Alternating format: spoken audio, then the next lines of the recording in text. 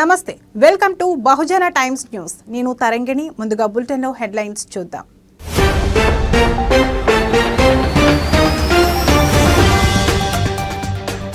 Betting యాప్ల ప్రచారం కేసులో ఈడీ ఎదుట హాజరైన ప్రకాష్ రాజ్. దాదాపు 5 గంటల పాటు విచారించిన అధికారులు.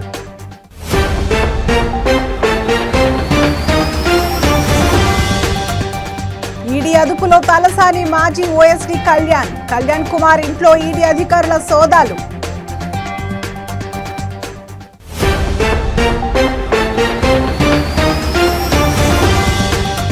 తెలుగు రాష్ట్రాల్లో సంచలన కేసు సృష్టి టెస్ట్ ట్యూబ్ బేబీ సెంటర్.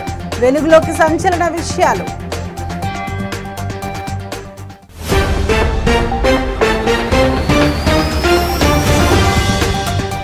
అధికార మదంతో వీధి రౌడీలా మారిన టీడీపీ నేతలు. పారిశుధ్య కార్మికురాలిపై కఠారి ఉమామహేశ్వరరావు దాడి.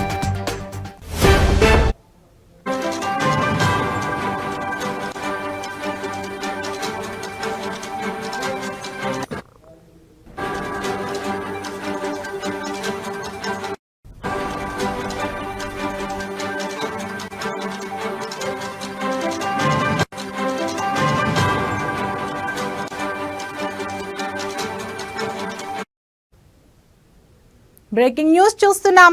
బెట్టింగ్ యాప్ల ప్రచారం వ్యవహారంలో తనకు నిర్వాహకుల నుంచి ఎటువంటి డబ్బులు అందలేదని సినీ నటుడు ప్రకాష్ రాజ్ తెలిపారు. బెట్టింగ్ యాప్లకు ప్రచారం చేసిన కేసులో ఆయన ఈరోజు ఈడీ ఎదుట హాజరయ్యారు. ఈడీ అధికారులు ఆయనను దాదాపు 5 గంటల పాటు విచారించారు. విచారణ అనంతరం ఆయన మీడియాతో మాట్లాడుతూ బెట్టింగ్ యాప్లతో డబ్బులు సంపాదించవచ్చని ఎవరూ భావించవద్దని సూచించారు. ఇక నుంచి అలాంటి వాటికి తాను ప్రచారం చేయనని స్పష్టం చేశారు. ఈడీ అధికారులు తాను చెప్పిన విషయాలను నమోదు చేసుకున్నారని చెప్పారు. తనను మరోసారి విచారణకు రావాలని ఇప్పుడైతే చెప్పలేదని అన్నారు.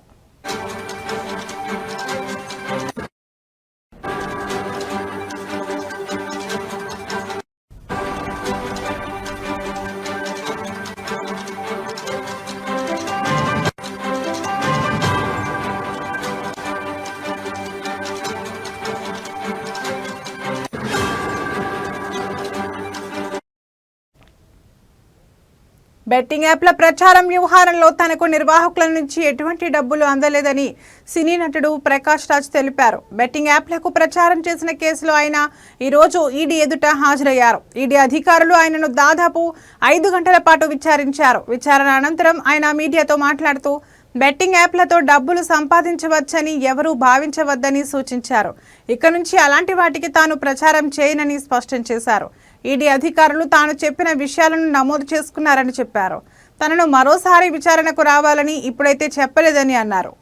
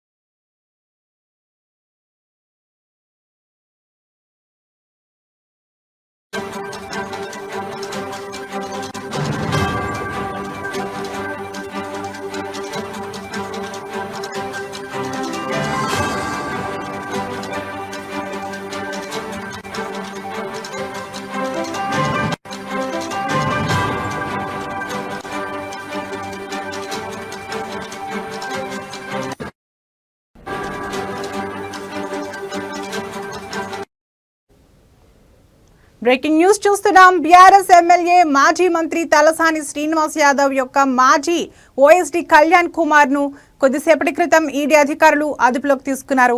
గొర్రెల పంపిణీ స్కీమ్లో 700 కోట్ల రూపాయలు కుంభకోణం జరిగినట్లు ఏసీబీ నమోదు చేసిన ఎఫ్ఐఆర్ ఆధారంగా ఈడీ అధికారులు కళ్యాణ్ ఇంటితో సహా హైదరాబాద్లోని 8 ప్రాంతాల్లో సోదాలు నిర్వహించారు. ఈ సోదాల్లో పలు కీలక డాక్యుమెంట్లు, భారీగా నగదును స్వాధీనం చేసుకున్నారు. కళ్యాణ్ను సుమారు 7 గంటల పాటు విచారించినట్లు సమాచారం.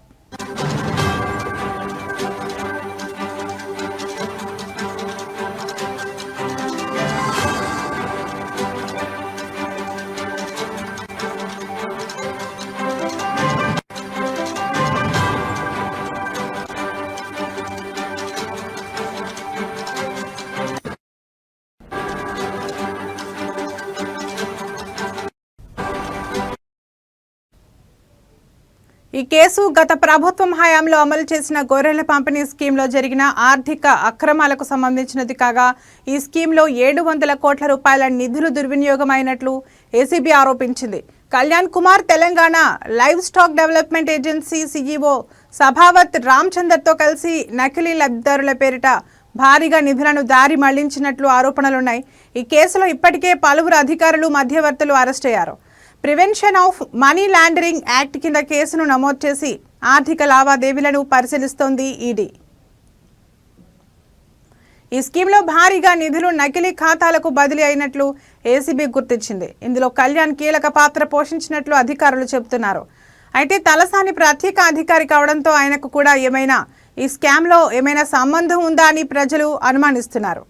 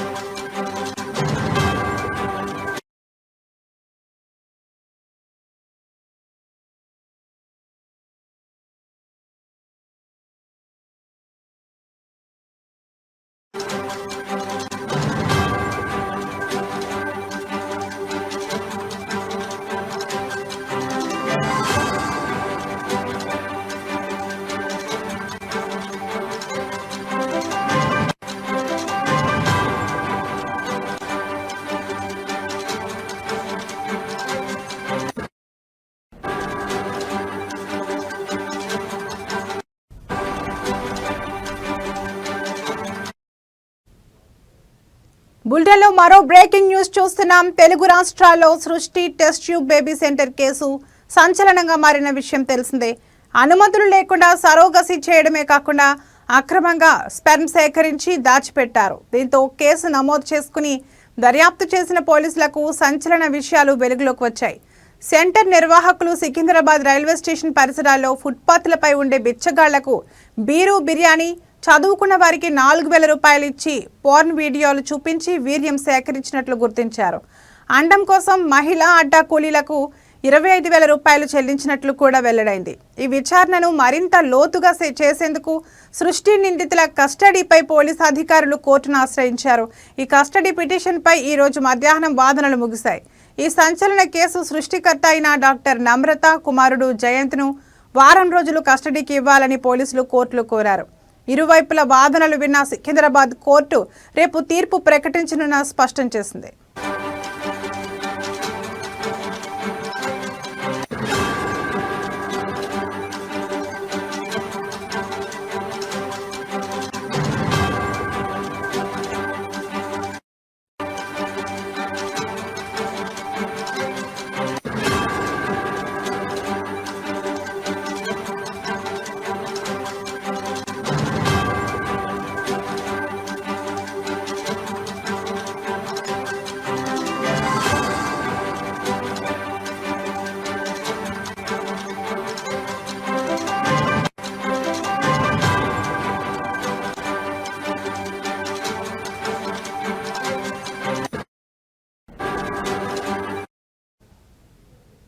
తెలుగు రాష్ట్రాల్లో సృష్టి test tube baby centre case సంచలనంగా మారిన విషయం తెలిసిందే.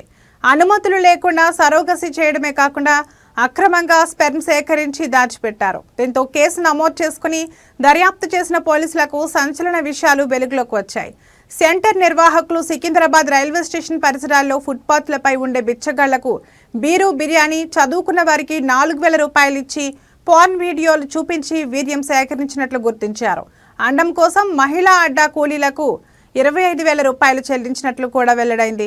ఈ విచారణను మరింత లోతుగా చేసేందుకు సృష్టి నిందితుల కస్టడీపై పోలీసు అధికారులు కోర్టును ఆశ్రయించారు. ఈ కస్టడీ పిటిషన్పై ఈ రోజు మధ్యాహ్నం వాదనలు ముగిశాయి. ఈ సంచలన కేసు సృష్టికర్త అయిన డాక్టర్ నమ్రత కుమారుడు జయంత్ను వారం రోజులు కస్టడీకి ఇవ్వాలని పోలీసులు కోర్టులో కోరారు. ఇరువైపుల వాదనలు విన్న సికింద్రాబాద్ కోర్టు రేపు తీర్పు ప్రకటించనున్నట్లు స్పష్టం చేసింది.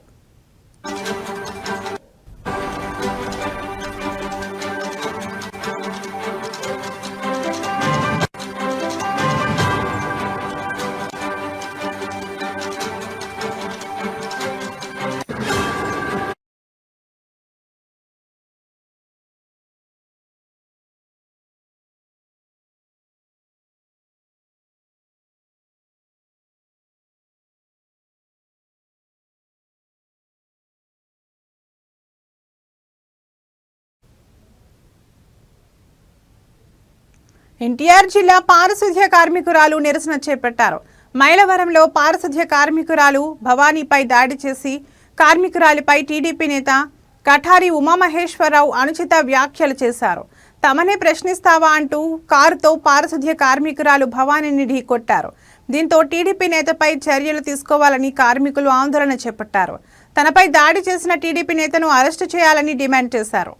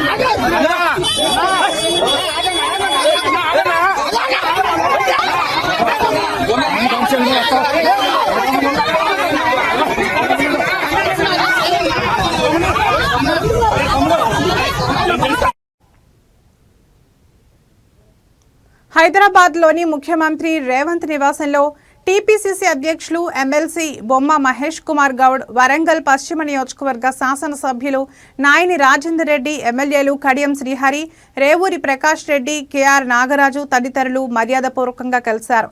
ఈ సందర్భంగా ముఖ్యమంత్రి రేవంత్ రెడ్డిని కాజీపేట ఉర్సు ఉత్సవాలకు ఆహ్వానించారు.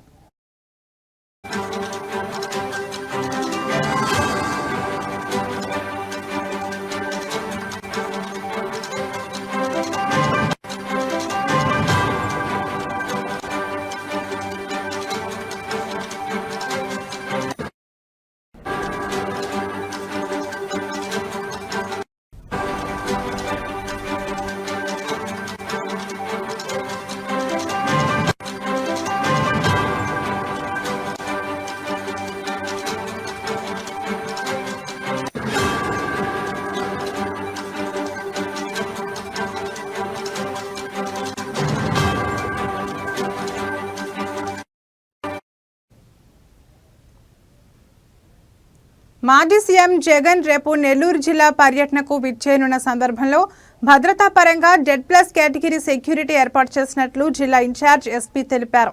హెలిప్యాడ్ అనుమతులు కూడా జారీ చేయడం జరిగింది. జగన్ కు పూర్తి స్థాయి Z+ భద్రత కల్పిస్తున్నామని పేర్కొన్నారు.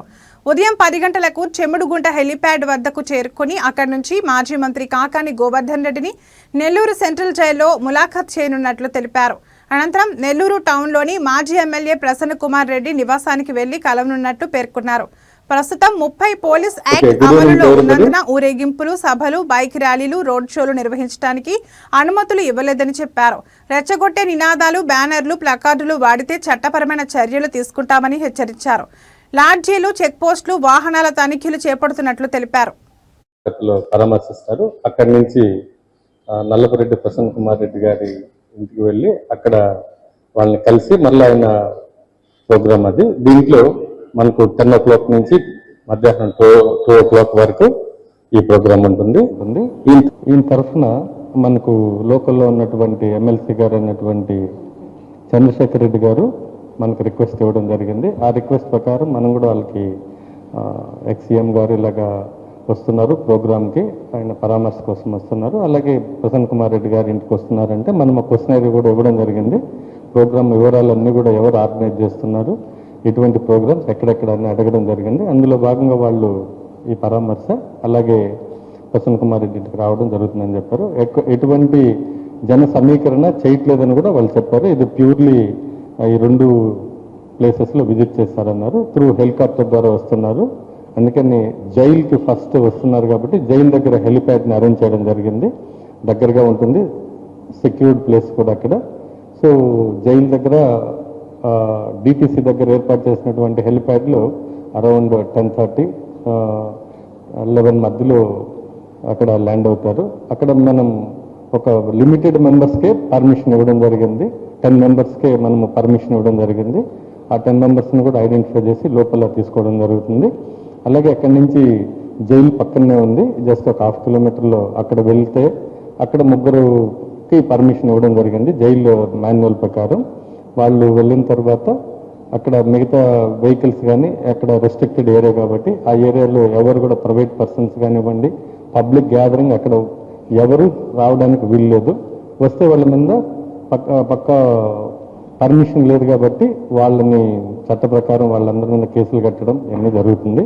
అలాగే అక్కడి నుంచి బయలుదేరిన తర్వాత ములాఖత్ అయిన తర్వాత ఆ రిటర్న్ డైరెక్ట్గా నల్లపరెడ్డి ప్రసన్న కుమార్ రెడ్డి ఇంటికి వస్తారు.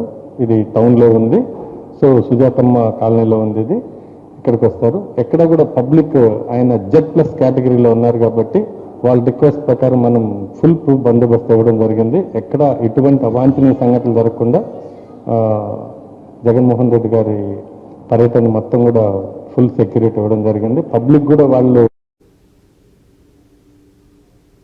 ఇవి ఇప్పటివరకు ఉన్న బులెటిన్ అప్డేట్స్. మరో బులెటిన్లో మళ్ళీ కలుద్దాం. నమస్తే.